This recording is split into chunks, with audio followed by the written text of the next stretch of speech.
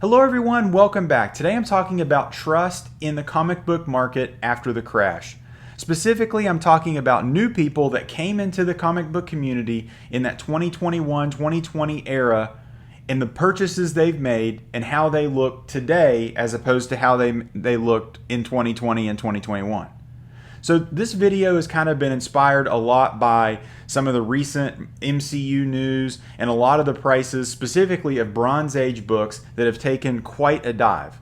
So let's break this down and talk about what I think is happening and what this means for the future. So as I was saying, a lot of people came into the hobby fairly recently within the past few years. They made large purchases that they thought would stand the test of time, that they would continue to increase in value, only to see a lot of those books be selling for half the price or a fraction of the cost as they once did. So what's happening here? Well, I think it's multifactorial. I think the first main issue is a lot of people came into this as speculators, as coming into it as a quick flip. They saw the comic book market was going crazy, prices were going through the roof. They thought it was a quick buck. Turn a comic book around, flip it, and make money. So what that did was it created a volatile market. It created a large part of the community that was not in it for the collecting. They were in it just for the flip and to make money. So my concern is a lot of these new people that got into it, they wanted to be part of the community. They want to be comic book collectors. But they spent large amounts of money only to find that their money that they put into it is worth less than half of what it originally was. And let me just clear the air here right now. I'm not talking about comic book investing. I'm not talking about that. What I'm talking about is if you were to buy something on May 1st and then only to find out that it's worth half as much as what you paid for it May 14th, you would be troubled. You would be disgusted. Now, I'm not talking about small dollar figure things. When you go to a local comic shop and you buy your $4 comic book and you read it and you enjoy it and it's worth $1 the next week, I'm not talking about that. I'm talking about spending $1,000 on something on May 1st only to find that it's worth $500 on May 14th. This is real money. These are real dollar figures. I don't know how many of you are Monopoly men and women out there, but $1,000 is a lot to me. And if I know that I can buy something for half as much 2 weeks later, I would be troubled. I'd be disgusted to know that the thing that I bought is plummeting in value and not worth as much as it was. And you may be saying, well, if it's worth a lot to you, why does it matter what the cost is? If you can sit there and tell me that money that you put into something is worth half as much as it was, and that doesn't affect you, good for you. Good for you. It affects me. I think about these things. So let's take a look at the prime example of what's going on right now, and that is Avengers number 8.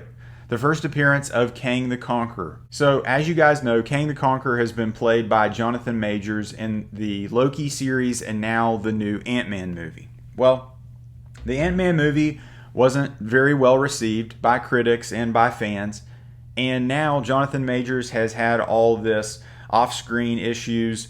I'm not really going to talk about all that because I don't understand it and I don't know what he's done or what hasn't done. I'm not going to talk about that. But what I'm saying is this Kang the Conqueror speculation or Kang the Conqueror as a movie entity is in peril, to say the least. So there's a couple different types of people that bought Avengers number 8, first Kang the Conqueror. There are the people that like Kang the Conqueror. There are people that like his comic books, that like the Kang Dynasty, that like him as a villain in the Young Avengers, seeing him as a big bad in comics, how his different characters, he's a cool villain. Then there's the other people that bought the book because Kang the Conqueror was coming to the MCU. He could be the next Thanos. He's going to be the next big bad. He's going to be cool. And they want to jump in on that and see if they can make some money on Avengers number 8. Those different types of people, one is both of them are hurt. Both of them are hurt by this movie and by the Jonathan Majors news. So the person that bought the book because they love King the Conqueror, they couldn't buy the book because they got priced out by all the people speculating on King the Conqueror. And then all the people that were speculating on King the Conqueror, they've lost their butt on how much they spent on it because now it's worth a fraction of what it used to be. Both of these people are hurt. What this just shows is there's no books are safe. I think the Golden Age books are kind of immune to a lot of this, these rises and dips in value. But even a Silver Age book in 1964 is not immune to these crashes in the comic book community. So what does this mean? I think the comic book market is extremely volatile. It is extremely unpredictable.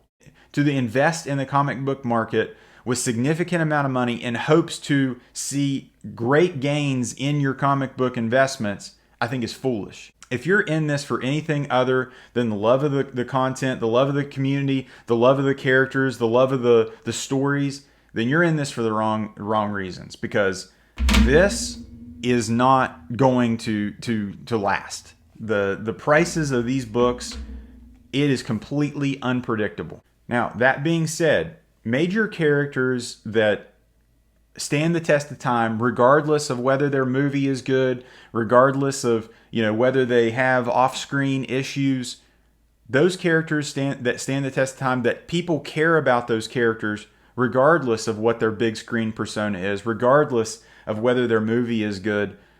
Those characters will stand the test of time. I made a video about I'm scared to buy comic books right now. This was several months ago at the time of this filming. And for these very reasons, I didn't know what was going to happen in the comic book market. And I'm glad I waited, and patience is key in this. I would say patience is the number one thing to have with comic book collecting. Your deals will come. There will be books that you can get a good deal on. You will find things in the wild if you just wait. If you buy books at the height or when they're hot, or when the speculation is hot, or when something's coming down the pipeline, you are the sucker. You are the mark. Don't do it. We've all done it. Just don't do it anymore, because this is what's causing the volatility in this market. This is what's causing these huge swings where we don't know what something is going to be valued at down in the future.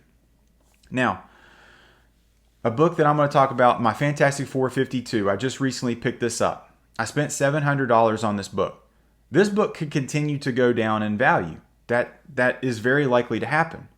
But Black Panther is an established character. It is from a run, Fantastic Four Volume 1. It has been around, it's time-tested, tried and true.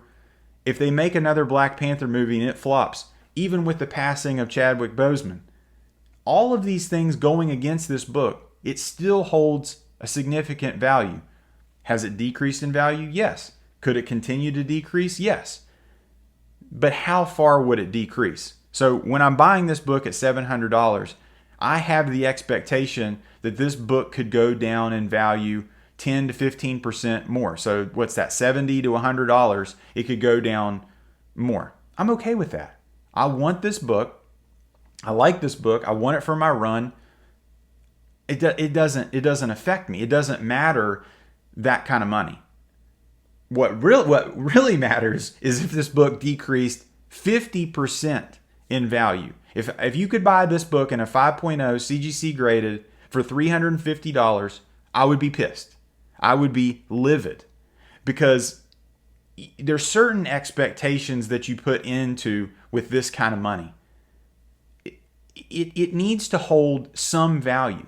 And if this market is so volatile, is so untrustworthy, to buy these keys and to spend this money is it's scary. It really is. Regardless of whether or not you love these characters, you got to put your money where your mouth is with this stuff.